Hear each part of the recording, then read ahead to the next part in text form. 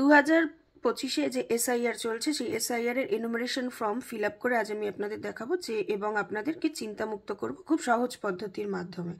এখানে যে এনুমারেশন ফর্মটি আমি ফিল আপ করবো সেই ফর্মের ওপর পোর্শনে রয়েছে জন্ম তারিখ, তারিখ, মাস, বছর, অর্থাৎ যার নামে ফর্মটা ফিল আপ হচ্ছে তার জন্ম তারিখ, মাস এবং বছর আপনাকে লিখতে হবে। সেক্ষেত্রে আমি এখানে যার ফর্ম ফিল আপ হচ্ছে তার জন্ম, মাস, তারিখ এবং বছরটা এখানে লিখে দিলাম। এরপর আসছি আধার নম্বর। আধার নম্বর এখানে ঐচ্ছিক করা থাকলেও আপনাকে কিন্তু আধার নাম্বারটা এখানে লিখতে হবে। তাই যার নামে ফর্ম ফিল আপ হচ্ছে তার আধার নাম্বার আমি লিখে দিলাম।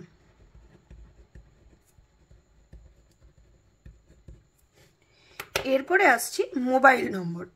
আপনারা যারা ফর্ম ফিল আপ, যার নামে আমি ফর্মটি ফিল আপ করছি বা আপনি যখন আপনার ফর্মটি ফিল আপ করবেন তখন আপনি আপনার মোবাইল নাম্বারটিও এখানে লিখে দেবেন। বিএলও কিন্তু আপনার সাথে এই নাম্বারে কন্ট্যাক্ট করবে। আরেকটি কথা আপনাদেরকে জানিয়ে রাখি, আপনারা যারা এই ফর্মটা ফিল আপ করবেন কেউ কিন্তু আপনাদের নিজেদের লোকাল ল্যাঙ্গুয়েজে ফর্মটি ফিল আপ করবেন না, প্রত্যেকেই করবেন কিন্তু ইংরেজি ল্যাঙ্গুয়েজে। কারণ বিএলও আপনার থেকে ফর্মটি নিয়ে যখন অনলাইনে ফর্মটা ফিল আপ করবে সেক্ষেত্রে কিন্তু সেটা তখন ইংরেজি ল্যাঙ্গুয়েজেই ফিল আপ হবে। এরপর আসছি পিতার এবং অভিভাবকের নাম। এখানে পিতার এবং অভিভাবকের নামের ক্ষেত্রে আপনি আপনার 2025 সালের লিস্ট অনুযায়ী আপনার পিতা বা অভিভাবকের নাম আপনার যেটা রয়েছে সেটা কিন্তু এখানে মেনশন করবে। আবারও আমি জানিয়ে দিই, যদি পিতা বা অভিভাবকের নামের ক্ষেত্রে কিন্তু 2025 সালের লিস্ট না হয়ে যদি অন্য কোনো নাম আপনি লিখে থাকেন সেক্ষেত্রে কিন্তু কোনো সমস্যার কারণ নেই। এরপর আসছি এখানে পিতা বা অভিভাবকের এপিক নাম্বার, অর্থাৎ যদি আপনি পিতা বা অভিভাবকের নামের মারফত অর্থাৎ নামের থ্রু দিয়ে যদি এসআইআর করাতে চান সেক্ষেত্রেই তাহলে তাদের এপিক নাম্বার দেবেন, নতুবা এপিক নাম্বার দেওয়ার প্রয়োজন নেই। এরপর আসছি মায়ের নাম। মায়ের নাম কিন্তু আপনাকে লিখতেই হবে, অর্থাৎ মায়ের নাম এখানে বাধ্যতামূলক। তাই যিনি ফর্ম ফিল আপ করছেন তার মায়ের নাম আমি এখানে লিখে দিলাম। এরপর মায়ের এপিক নাম্বার, আপনি আপনার মায়ের যে ভোটার লিস্ট ভোটার কার্ডের এপিক নাম্বার সেটা কিন্তু এখানে মেনশন করে দেবেন।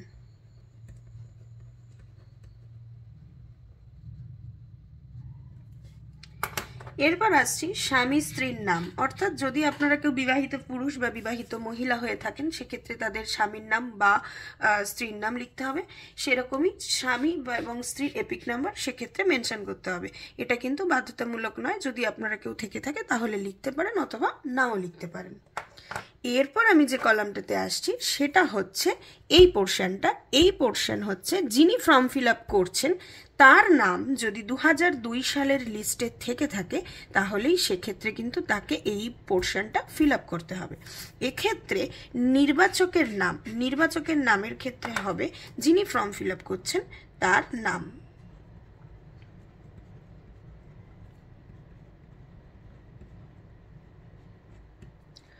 তার এপিক নাম্বার,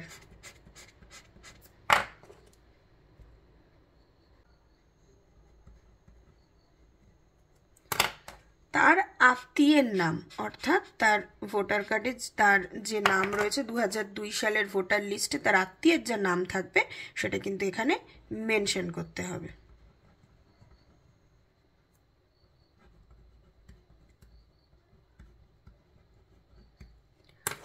তার সাথে তার সম্পর্ক অর্থাৎ ফাদার। আমি আপনাদেরকে দেখিয়ে দিচ্ছি এই যে 2002 সালের যে লিস্ট রয়েছে অর্থাৎ শম্ভু পাণ্ডে তার নাম, তার পিতা হচ্ছেন বিশ্বনাথ পাণ্ডে অর্থাৎ বিশ্বনাথ পাণ্ডের সাথে তার সম্পর্ক, বিশ্বনাথ পাণ্ডে তার ফাদার। এরপর আসছি জেলা। জেলা হচ্ছে নর্থ 24 পরগনাস। এবার আসছি রাজ্যের নাম। রাজ্যের নাম ওয়েস্ট বেঙ্গল।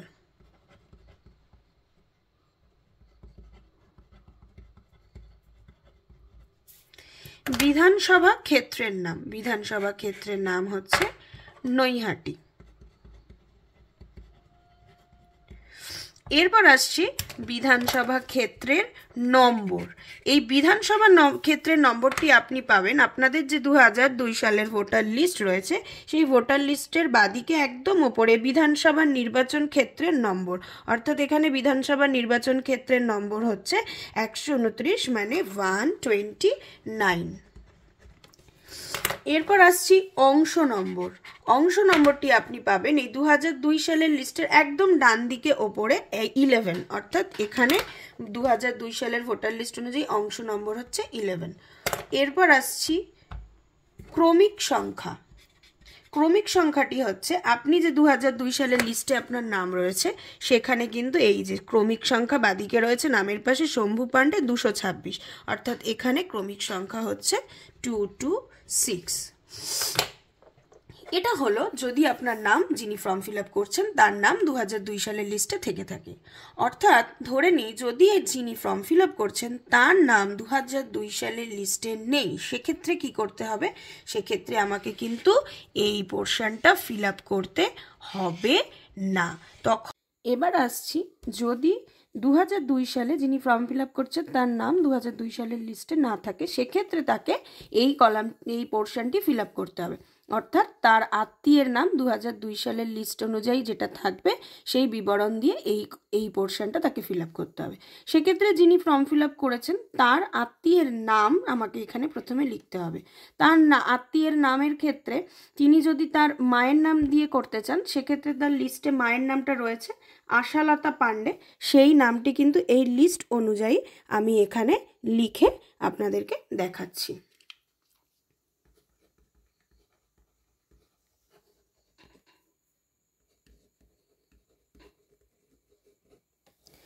এরপর আসছি এপিক নাম্বার। আর সর্বোপরি একটি কথা আমি আপনাদেরকে জানিয়ে রাখি, এখানে আমরা যে আত্মীয়ের নামটা ফিল আপ করবো সেখানে আমরা 4 জনের আত্মীয়কে এখানে স্থান দিতে পারবো। 4 জনকে কে? পিতা, মাতা এবং দাদু এবং ঠাকুমা, এই 4 জনের নাম কিন্তু এই 4টি মেনশন আত্মীয়, এদের নাম কিন্তু আপনার এই লিস্টের মধ্যে থাকতে হবে। সেখান থেকে আপনি তাদের মধ্যে যে কোনো একজনের নামের বিবরণ দিয়ে এই পোর্শনটি ফিল আপ করতে পারেন। এখানে যেহেতু আশালতা পাণ্ডে যিনি ফর্ম ফিল আপ করছেন তার মা, যেহেতু আশালতা পাণ্ডের 2002 সালের লিস্টের যে ভোটার নাম্বার রয়েছে সেটি কিন্তু আমাকে এখানে ফিল আপ করে দেখাতে হবে। এই যে আশালতা পাণ্ডে, তার ভোটার নাম্বারটা আমি এখানে মেনশন করছি।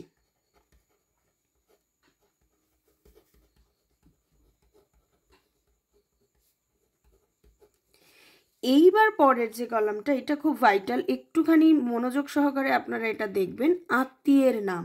আত্মীয়ের নাম মানে যে যিনি ফর্ম ফিল আপ করছেন তার যে আত্মীয়ের নাম তিনি ফিল আপ করেছেন তার ভোটার লিস্টে যে আত্মীয়ের নাম রয়েছে, অর্থাৎ আশালতা পাণ্ডের যে আত্মীয়ের নাম, আমি একবার ভোটার লিস্টে আপনাদেরকে দেখিয়ে দিই। আশালতা পাণ্ডে, তার আত্মীয়ের নাম হচ্ছে তার স্বামী বিশ্বনাথ পাণ্ডে, অর্থাৎ এইখানে আমি আশালতা পাণ্ডের আত্মীয়ের নাম হিসেবে ফিল আপ করবো, সেখানে হবে বিশ্বনাথ পাণ্ডে। খুব কেয়ারফুলি এই জায়গাটা একটু দেখবেন। এরপরে রয়েছে সম্পর্ক। অবশ্যই এই সম্পর্কটা হবে যিনি ফর্ম ফিল আপ করছেন তার যে আত্মীয়ের নাম দিয়ে তিনি এসআইআর করাতে চাইছেন তার সাথে তার সম্পর্কটা কিন্তু এখানে মেনশন করতে হবে। কখনোই যে আত্মীয়ের নাম লিখেছেন তার সাথে তার আত্মীয়ের যে সম্পর্ক সেটা নয়, এটা কিন্তু আপনারা একটু কেয়ারফুল থাকবেন। যিনি ফর্ম ফিল আপ করছেন, আবারও বলছি, তার যে আত্মীয়ের নাম দিয়ে তিনি এসআইআর করাতে চাইছেন সেই আত্মীয়ের সাথে তার যে সম্পর্ক সেটা কিন্তু এখানে মেনশন করতে হবে। সেক্ষেত্রে শম্ভু পাণ্ডের সাথে আশালতা পাণ্ডের যে সম্পর্ক সেটা এখানে মেনশন করছে, অর্থাৎ শম্ভু পাণ্ডের মা হচ্ছেন আশালতা পাণ্ডে, তাই এখানে হবে মাদার। কখনোই বিশ্বনাথ পাণ্ডের সাথে আশালতা পাণ্ডের কি সম্পর্ক সেটা কিন্তু এখানে মেনশন করবেন না, এটাই কিন্তু বারবার বিভিন্ন জায়গায় আপনারা ভুল করছেন। এরপর আসছি জেলা। জেলা অবশ্যই নর্থ 24 পরগনা।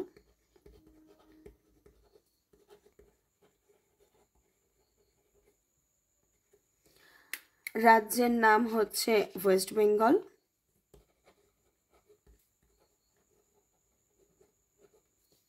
বিধানসভা ক্ষেত্রের নাম হচ্ছে নৈহাটি।